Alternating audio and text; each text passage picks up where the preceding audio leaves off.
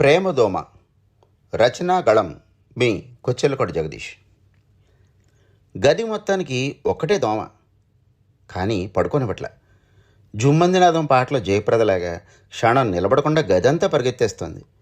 దాని వెనకాల డప్పు పట్టుకున్న చంద్రమోహన్లా నేను. దాన్ని ఎలాగైనా ఏసేయాలని నిర్ణయించుకున్నా, కానీ దొరకట్లేదు. భలే ఉత్సాహంగా ఎగురుతోంది. మాదార్ రంగారావు, ఆర్ నారాయణమూర్తి లాంటి వాళ్ళ ఉడుకు రక్తాలు తాగుతుంది అనుకుంటా. ఓ ఎగిరిగిరి పడిపోతుంది. గుడ్ నైట్ సీసాలో లిక్విడ్ అయిపోయి సరిగ్గా ఇవాళకి నెల తప్పింది. సాయంత్రం పూట ఆఫీస్ నుండి రాగానే తను ఏం చేస్తుందో తెలుసా? సోఫాలో మహారాణిలా కూర్చుని వీధి చివరన్న డిపార్ట్మెంటల్ స్టోర్కి ఫోన్ చేసి లలితా బ్రాండ్ బియ్యం, కవితా బ్రాండ్ ఇంగువ పంపించండి అంటూ తెగ చెప్తూ ఉంటుంది. కానీ గుడ్ నైట్ అయిపోయిందని మాత్రం గుర్తుండదు. ఆ స్టోర్కు వాళ్ళందరూ రాత్రి 11 తాళాలు వేసేసి ఇళ్ళకి వెళ్ళిపోవడానికి సైకిళ్ళు ఎక్కుతూ ఉంటారు చూడండి, అప్పుడు గుర్తొస్తుంది. ఈలోగా మా జయప్రద కాళ్ళకి గజ్జలు అవి కట్టుకుని రెడీ అయిపోతుంది. చిన్నతనంలో ఎప్పుడైనా ఏ చుట్టాలో పోయి ఏ మైలో వచ్చి 3 రోజులు పక్షిని పట్టిన తర్వాత స్నానం చేసేసి కనీసం బట్టలైనా మార్చుకోకుండా ఆ తడితో వాళ్ళు కట్టుకోగానే గబగబా ఇంట్లోకి వెళ్ళి అన్ని వస్తువులు ముట్టేసుకుంటూ పరిగెత్తే ఆట ఆడుకునేవాళ్ళం మేమందరం. ఈ దోమ రోడ్ మ్యాప్ అచ్చం అలానే ఉంది. దీని దుంపదగా ఓ దిశ దశ లేకుండా మొత్తం అన్నిటి మీద వాలుతోంది. ఆ మధ్య బెంగళూరు ఇస్కాన్ గుడికి వెళ్ళినప్పుడు తను వద్దంటున్నా ఎంతో ఇష్టపడి కొన్న పాలరాతి మీరాబాయి బొమ్మ ముక్కు మీద వాలింది. దాని మీదకి ఇప్పుడు ఏమైనా విసిరా అనుకోండి, మీరా కాస్త శూర్పణకైపోతుంది. అక్కడి నుంచి ఎగిరెళ్ళి కృష్ణుడి విగ్రహం మొత్తం వదిలేసి పిల్లనగురు చివరిన వాలి నన్ను చూసి అచ్చం కాళీమర్దనం చేస్తున్న కృష్ణుడిలా నవ్వింది. ఆ సూక్ష్మజీవి నాకేదో సూక్ష్మం బోధిస్తున్నట్లు అనిపించింది. ఇలా కాదని హాల్లోకి వచ్చా. టీవీ కింద డెస్కులు తెరిచి చూశాను. కార్గో వ్యాన్ల కిక్కిరిసి ఉన్నాయి డెస్కులని. మొత్తానికి కావలసిన వస్తువు దొరికింది. చైనా వాళ్ళ అగరొత్తులు. ఇవి దోమల్ని తరుముతాయని ఫేస్బుక్లో ఎవరో చెబితే కొన్నాను. బాగానే పనిచేస్తున్నాయిలేండి. అగ్గిపెట్టి కోసం ఇల్లంతా వెతికాను. గ్యాస్ స్టవ్ ఎప్పుడూ లైటర్తోనేగా వెలిగించేది, అంచేత అగ్గిపెట్టి వంటగదిలో లేదు. క్యాండిల్ లైట్ డిన్నర్లు అవి చేసే రొమాంటిక్ వయసు దాటిపోయి రొమాంటిక్ వయసు వచ్చేసింది కాబట్టి భోజనాల బల్ల దగ్గర లేదు.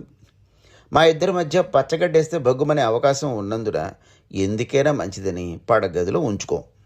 ఏ బాత్రూంలోనో ఫినాల్ సీసా వెనకాల దాచుకుందామంటే పాత సినిమాల్లో లాగా యశ్వరలక్ష్మికి భయపడి రహస్యంగా బాత్రూంలో సిగరెట్లు కాల్చే గుమ్మడి లాంటి భర్తని కాను. మరి ఎక్కడ వెతకాలి?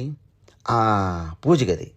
ఆగండి, మీరిందాక బాత్రూమ్కి వెళ్ళొచ్చారుగా, ఆ బట్టలతోనే దేవుడి గదిలోకి వెళ్ళిపోతారా?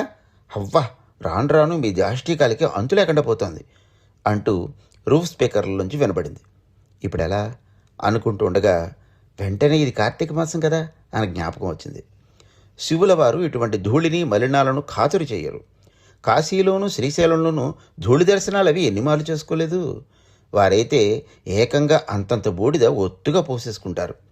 ఆ స్ఫూర్తితోనేగా నేను రోజు అంత పౌడర్ అయితే రాస్తూ ఉంటా అనుకుని శివశివ అనుకుంటూ 4 గుంజీలు 6 డజను లెంపలు కానిచ్చి దేవుడి గదిలోకి అడుగెట్టేశాను.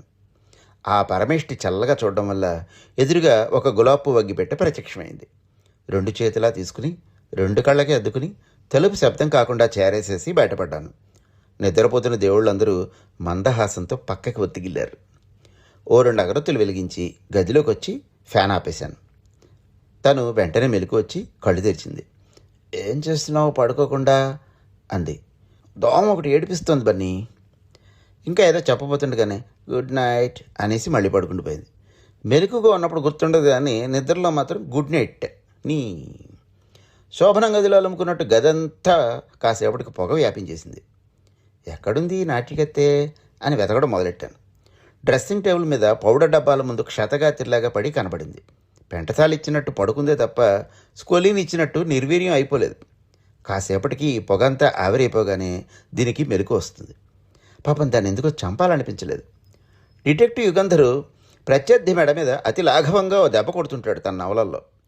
తన అసిస్టెంట్ రాజుతో చెప్తాడు మళ్ళీ, ఇతనికి 2 గంటల వరకు స్పృహ రాదు అని. చిన్నప్పుడు చదివి భలే ఆశ్చర్యపోయేవాడిని. అంత ఖచ్చితంగా చాకచక్యంగా ఎలా కొడతాడబ్బా యుగంధరు అంటూ. అచ్చం అలానే మా డాన్సింగ్ స్టారు మళ్ళీ కాసేపటికి లేచి రెక్కలు విదిలించి పక్కనే ఉన్న పౌడర్ కాస్త రాసుకుని దువ్వెనతో మీసాలు సవరించుకుని జాయ్ అంటూ బయలుదేరింది. నేనేమో దాని మీద జాలిపడ్డానా, అదేమో జాలీగా గదంతా తిరగడం మొదలెట్టింది. మళ్ళీ ఇంకేం నిద్ర, లేచి ఇదంతా రాసుకుంటూ కూర్చున్నా. మీ కొచ్చెలకోట జగదీష్.